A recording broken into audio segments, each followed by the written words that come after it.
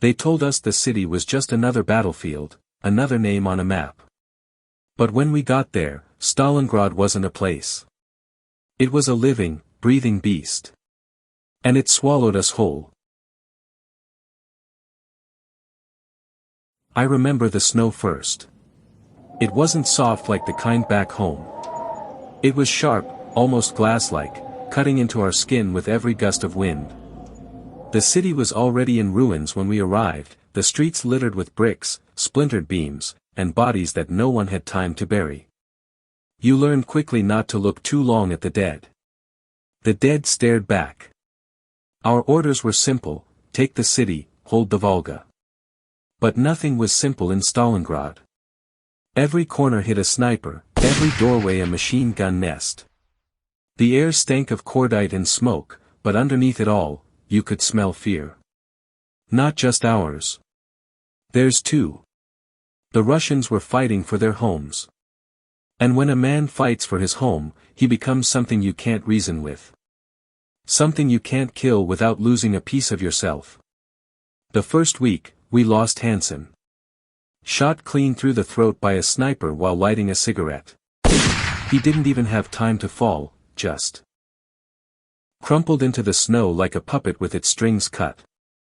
I still see his blood steaming against the frost when I close my eyes. That steam, it rose slow, like it didn't want to leave him. The second week, we stopped saying names. Names meant you'd have to remember them. And remembering hurt. By the third week, the city had eaten our voices. We stopped talking, except for whispers at night. Little murmurs to prove we still existed. That's when I met her. She wasn't supposed to be there. A civilian. Dark hair, eyes so gray they matched the ruined walls around us. I found her in the shell of an apartment building, shivering under a blanket that was more dust than fabric. She didn't speak my language, and I didn't speak hers. But in that place, words were useless anyway. For the first time in weeks, I wasn't a soldier. I wasn't a killer. I was just a man. And she was warmth. We shared bread, stolen hours, and the kind of silence that didn't feel heavy. In her presence, I could almost pretend the world outside didn't exist. But pretending doesn't win wars.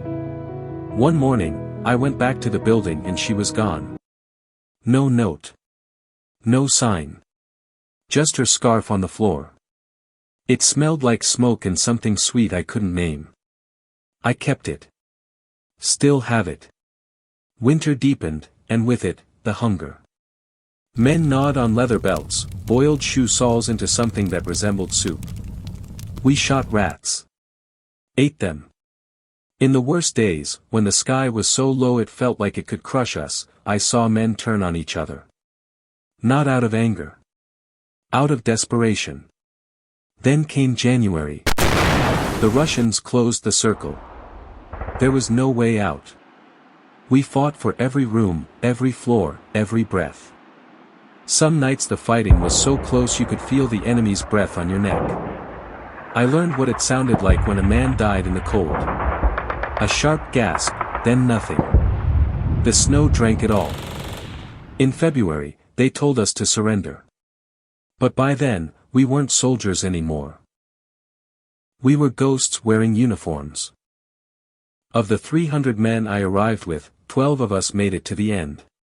12 shadows dragging our boots through streets we no longer recognized. I walked away from Stalingrad. But part of me never left. Sometimes, when it's snowing, I catch the scent of smoke and something sweet.